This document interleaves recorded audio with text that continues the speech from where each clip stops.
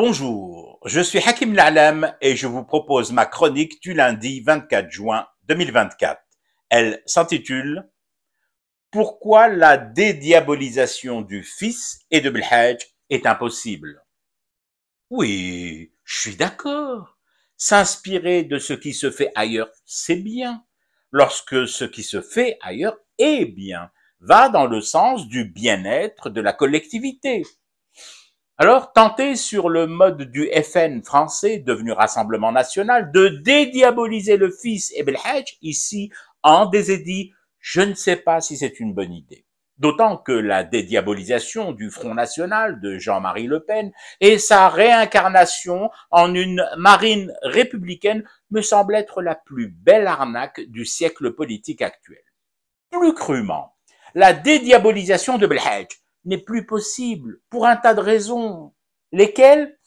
Je ne pourrais pas toutes vous les énumérer, tellement elles sont nombreuses. Mais il en est une, la principale, la matricielle, que je m'en vais vous décrire et narrer, en laissant de côté mon aversion pour l'islam politique, pour les tangos déguisés en imams, pour les auteurs d'infanticide au nom d'une cause, et en me gardant bien de laisser transparaître quelque émotion ou des manquements à l'éthique professionnelle des saltimbanques comme moi.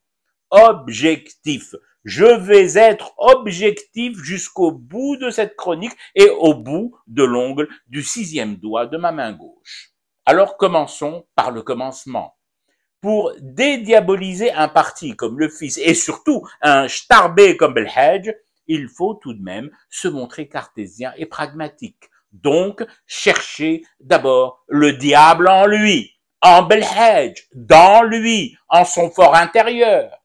Je l'ai cherché, je l'ai très sérieusement cherché en Belhadj, et je n'ai trouvé qu'une enveloppe posée au fond de sa bile. Elle m'était destinée. Oui, je sais.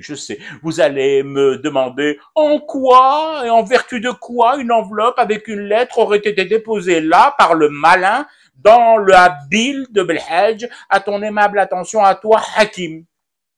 Ben, je communique moi aussi avec le malin. Oui, je peux vous en faire aujourd'hui l'aveu.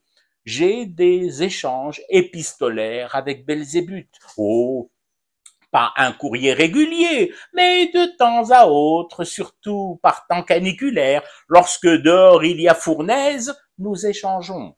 Et donc là, je suis tombé sur cette lettre. 2 ou 3 phrases seulement, qui plus est en style télégraphique, ce qui en soi m'a un peu intrigué, le diable étant d'habitude un peu plus loquace lorsqu'il m'écrit. Jugez-en. Je suis parti. Ça devenait intenable dans lui. Ce mec est habité par quelque chose de plus fort que moi. Je ne t'écrirai pas avant longtemps, Hakim, et je te demande d'en faire de même pour notre bien commun. Bon, je respecte. Plus de bafouilles au shaitan. Mais je note que même lui s'est cassé du corps de Lilou. D'où l'écueil insurmontable pour toute démarche de dédiabolisation sensée et logique. On ne peut tout de même pas dédiaboliser un mecton que même Azraïn a préféré déserter.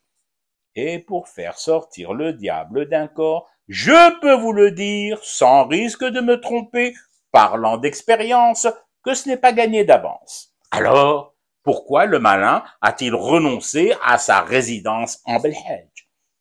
Comment le savoir, puisque même lui, tout malin qu'il est, m'a expressément demandé dans sa lettre, encore imbibée de la bile du gnome, de ne plus chercher à le joindre, ni par lettre, ni au téléphone. Ah, je ne vous l'avais pas dit. Désolé, autant pour moi. Oui, j'ai le numéro du diable.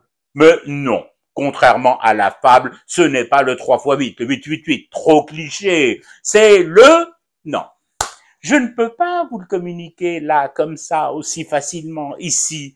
Le diable risquerait de prendre la bouche, de se piquer de mon geste inamical, d'avoir ainsi rendu public ses coordonnées téléphoniques. Et du coup, il me quitterait à mon tour. Et ça, voyez-vous, ça me serait proprement insupportable. Comment me passer de l'aide et du concours de Belzébuth pour comprendre enfin qui habite vraiment Belhadj, qui est collé comme un beau diable à son corps, à ses chairs et aux lambeaux de son cerveau, au point d'en chasser de chasser de ces lieux nauséabonds le diable officiel, le seul Azraïen homologué aux normes ISO. Non, je garde mon diable.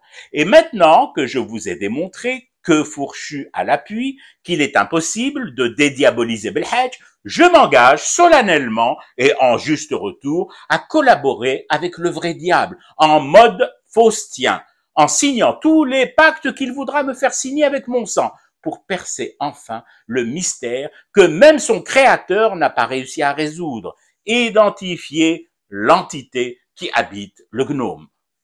Rabbi Yistar, parce que dans ma quête, je ne pars armé que du thé à l'ail que je fume pour rester éveillé à ce cauchemar qui continue.